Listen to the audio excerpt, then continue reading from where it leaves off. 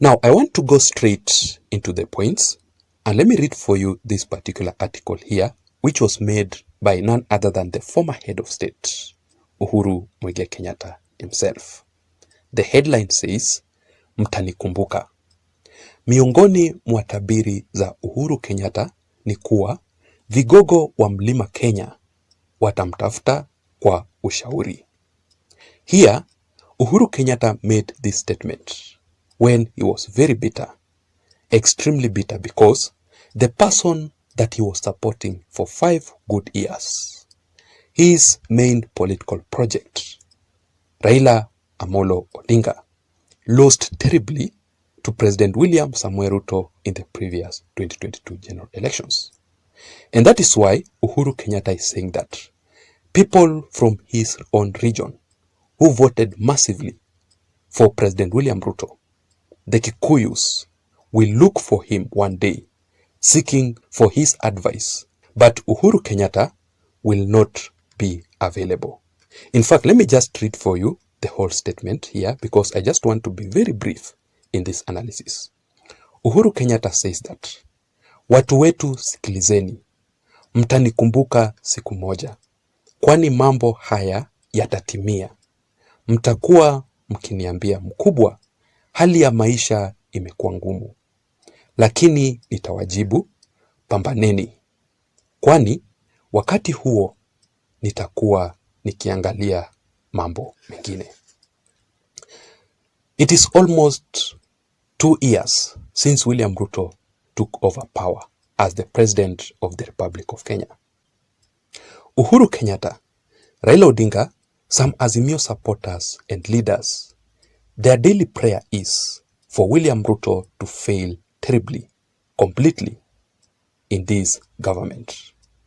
Their daily prayer is that Kenyans to be beaten roughly by poverty for voting in President William Samuel Ruto. Their daily prayer is Kenyans to regret for voting in William Ruto. Their daily prayer is Kenyans to face punishment, total punishment, for voting for President William Samuel Ruto. And the main reason as to why they are doing this is because they strongly believe that Raila Odinga is the only one who would have been the best president of the Republic of Kenya ever. And that is why each and every time President William Ruto tries to make a step to create the development agenda for this country, they are always there to sabotage President William Ruto. They have gone to courts severally trying to stop President William Ruto's development agenda.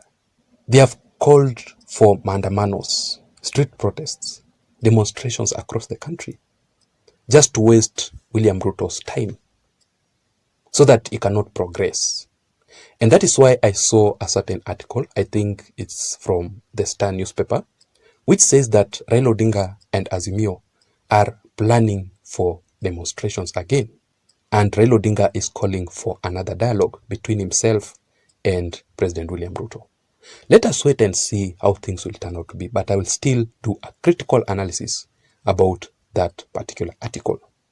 But for the people who are eagerly waiting for William Ruto to fail completely in this government, I want to tell you, the truth is, you have to be patient, because William Ruto will rule this country to the year 2032. There's no shortcut about that. But the biggest question here is that must be answered. Why is it that the Kikuyus are still loving William Ruto so much, proving Uhuru Kenyatta wrongly? And if elections were to be conducted today, the Kikuyus will turn up again in huge numbers to vote for President William Samoei Ruto. What is the secret truth behind all this? Please join me, ladies and gentlemen, as I explain to you about all this. But just a quick reminder, if you're here for the first time, or maybe you are listening and you haven't subscribed, I'm requesting you to please just take a second or two and subscribe to this channel. You can also give this analysis a like. Just give this video a like. It is very important because YouTube will automatically recommend this channel to reach out to others. To my returning subscribers, I really want to appreciate you also so much for your continued support, because without your support, this channel cannot be where it is, and that is why I don't take your support for granted. For you to automatically receive the notifications updates from YouTube itself, immediately I post a video on this channel, just activate all the notifications in this channel by simply pressing the notification bell down below. Having said that, now let us go straight into the details. Why do you think up to date the Kikuyus are not regretting? In fact, no one has gone to seek Uhuru Kenyatta for any advice. And Uhuru Kenyatta and Raila Odinga are still waiting for that moment. But it is already 2 years down the line. What is the secret behind this? Number one, the Kikuyus still love President William Ruto so much simply because of Uhuru Kenyatta and Raila Odinga. Let me ask you, who messed this economy? Yes, we can all complain about the current situation of the economy. Who brought this country to a total downfall? It is during the handshake government between Uhuru Kenyatta and Raila Odinga. And the same people are still sabotaging William Ruto's development agenda, which clearly tells that these two leaders, Raila Odinga and Uhuru Kenyatta, their ways are not good for the country, for the nation, because they are frustrating William Ruto, and by doing so, they are also frustrating millions and millions of Kenyans. Like, for example, the housing project, which was stopped by the courts. How many youths do you think lost their jobs? Very many youths. The second reason, it is because Kikuyus love President William Ruto because they are part of this government, the Kenya Kwanza Alliance government. Remember that the Kikuyus are actually the people who voted massively for President William Samoei Ruto.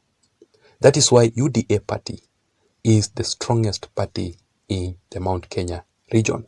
And finally, Kikuyus and majority of Kenyans still love President William Ruto so much because William Ruto is the only leader who can make this country to be great again. I want you to just compare between President William Ruto and several other politicians like Kalonzo Musyoka, Ali Hassan Joho, Raila Odinga, Wycliffe Oparanya. Who exactly has the potential of making this country great again? Isn't it President William Ruto, or who else? That is it, ladies and gentlemen. Let me know your thoughts, your views and your opinions concerning Uhuru Kenyatta's statement in the comment section down below. Otherwise, I don't have much. Please don't forget to subscribe to this channel. Let me see you again in my next analysis. My name is Jason. Bye-bye.